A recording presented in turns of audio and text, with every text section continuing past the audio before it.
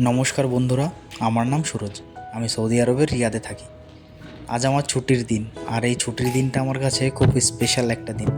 কারণ প্রবাসে ছুটি মানেই হলো নিজের সঙ্গে একটু সময় কাটানো। সকালে উঠেই প্রথমে জামা কাপড়গুলো ধুয়ে নিলাম, এবার পেট শান্তির পালা, তাই ছুটলাম। আজ আমি রান্না করব চিকেন কষা আর সাদা ভাত।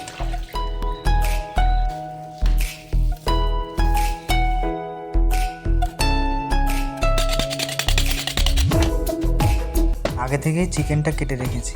সে বলছে, ভাই এবার আমায় একটু সাজিয়ে দাও। বাস তখনই ঘটলো বিপত্তি। দই নেই। এত সহজে হার মানলে তো চলবে না। ছুটে গেলাম দোকানে। দোকানদারও অবাক, এই গরমে ভাই দই কেনার কী এত দরকার?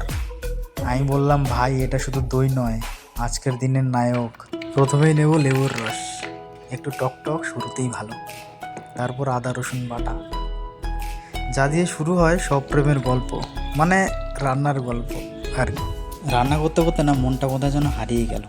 মায়ের কথা খুব মনে পড়ছে এখন। ছোটোবেলায় না যখন মা রান্না করতো, মায়ের পাশে দাঁড়িয়ে থাকতাম, দেখতাম কী করে রান্না করে মা। আর মায়ের হাতে রান্না সত্যি দারুণ, খুব মিস করি মাকে। রান্নাটা মোটামুটি শেষ, এবার টেস্ট করবার পালা।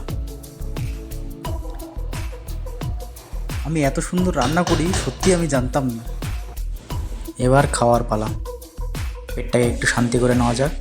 আর যদি তোমাদের ভিডিওটা ভালো লেগে থাকে অবশ্যই লাইক করে দিও।